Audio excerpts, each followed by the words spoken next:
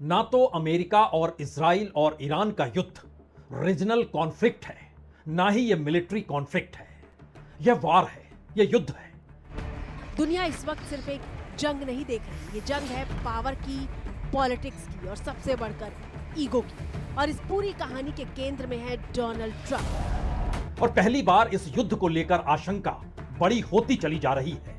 Trump ने middle east को एक ऐसी शतरंज बना दिया है जहां हर चाल तेल, गैस और एनर्जी से जुड़ी है। इसमें ना जाने कितने देश कूद जाएं और आने वाले वक्त में कहीं रूस यूक्रेन का युद्ध भी इसमें मिल ना जाए। दरअसल जब अमेरिका और इजराइल ने मिलकर ईरान पर हमले शुरू किए तब लक्ष्य सिर्फ सैन्य ठिकाना नहीं था, मकसद था स्ट्रैटेजिक कंट्रोल। और इतना ही नहीं, इन सब के बीच यूरोपियन कंट्रीज की पूरी कतार खड़ी हो चली है जो अमेरिका के साथ नहीं है। और इसका मैसेज यह है कि यूक्रेन तो रूस से बहुत कमजोर था, लेकिन 4 साल से यह युद्ध चल ही रहा है। और अब जब ईरान एक कमजोर देश के तौर पर अमेरिका के सामने है और अमेरिका दुनिया के सबसे ताकतवर देश में है, तो यह अमेरिका पर नहीं, ईरान पर निर्भर करेगा। यानी मैसेज है कि दरअसल यह युद्ध फैलेगा।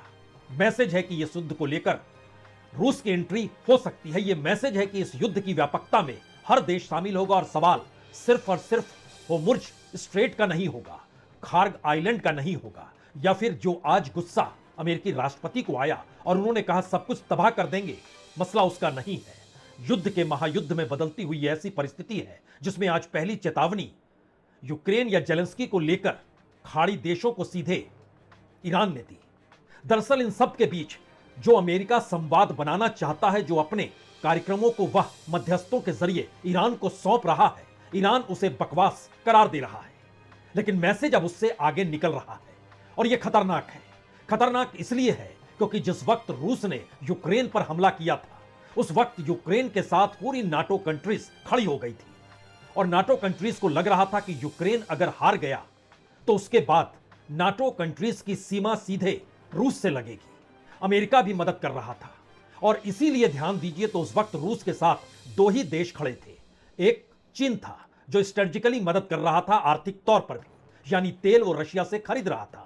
और कहीं ना कहीं आर्थिक मदद जो मिल रही थी उस दौर में भारत भी रूस से तेल खरीद रहा था। लेकिन उस पूरी दौर में अगर कोई युद्ध के बीच हथियारों को लेकर मदद कर रहा था तो वह ईरान था। ईरान ने जितने ड्रोन दिए, जितनी मिसाइलें दी, जिस तरीके से मदद रूस की, वो तमाम मिसाइल, वो तमाम ड्रोन यूक्रेन पर दागे गए। और इन सब के बीच 1 महीने पुराना युद्ध, उसमें यूक्रेन की एंट्री हो गई।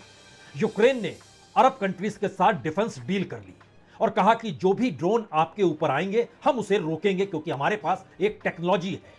वो टेक्नोलॉजी वही है, जब रूस ईरान के ड्रोन को अपने यहां से यूक्रेन पर अटैक करता था तो हम रोक लेते थे। यूक्रेन की एंट्री हुई और एक झटके में यूएई के भीतर उन्हें एक साइट दे दी गई कि यहां पर आप अपने ड्रोन को बना सकते हैं या ड्रोन को काउंटर करने के लिए जो टेक्नोलॉजी है उसको आप खड़ा कर सकते हैं। मसला यह है कि जेलेंस्की खुले तौर पर कहते हैं कि ईरान के हथियार रूस के जरिए उसके देश पर बरस रहे थे। अब ईरान के हथियार जो खाड़ी देशों पर बरसते हैं वो यूक्रेन की टेक्नोलॉजी से रोके जाएंगे। और इसमें पहली बार ईरान ने खाड़ी देशों को यह कहकर चेतावनी दे दी कि आप जिस दिशा में जा रहे हैं वो युद्ध सिर्फ अब सीमित नहीं रहेगा, हो सकता है उसके दायरे में रूस और यूक्रेन का युद्ध भी शामिल हो जाए।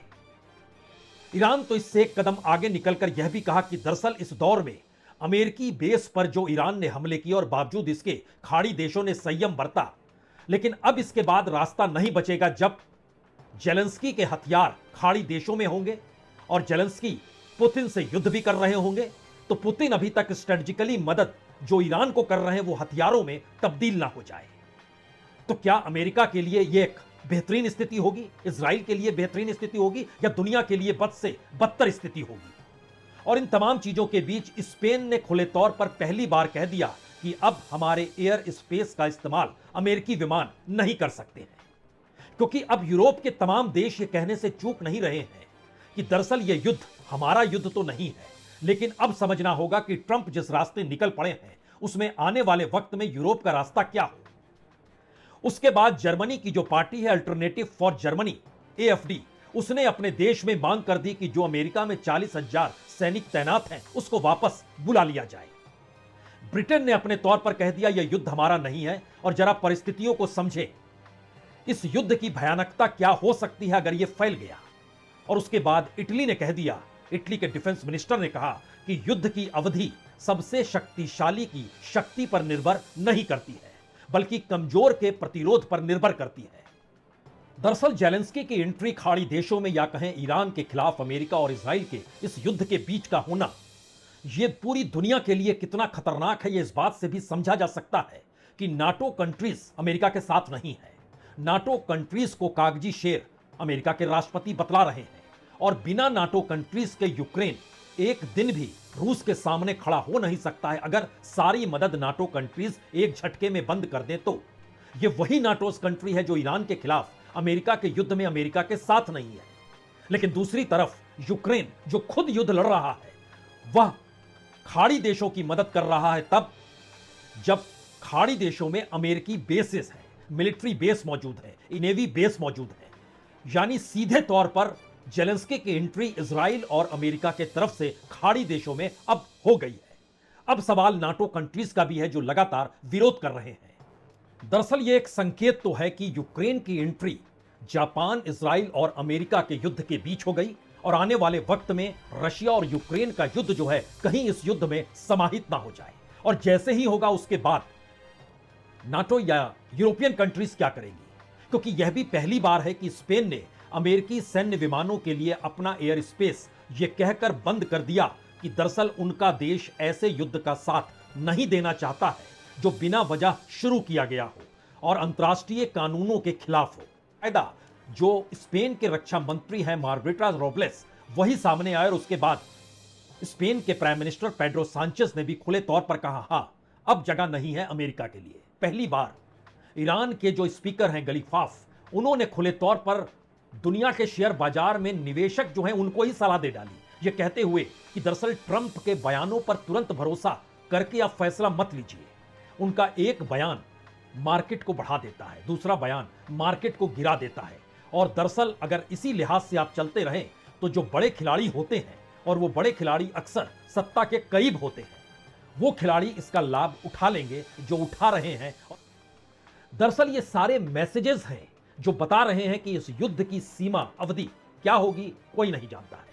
यह युद्ध सिर्फ 3 देशों तक सीमित रहेगा, यह भी अब असंभव है। और क्या पहली बार 2 युद्ध और उस युद्ध को करने वाले देश आपस में एक नए अलाइनमेंट के साथ खड़े हो जाएंगे, और जो पुराना अलाइनमेंट था वो टूट जाएगा?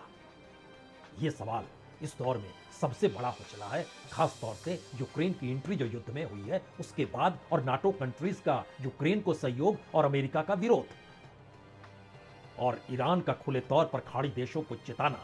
समझ जाइए, आप कहीं के नहीं बचेंगे अगर युद्ध में रूस आ गया तो। बहुत बहुत शुक्रिया, बहुत बहुत शुक्रिया।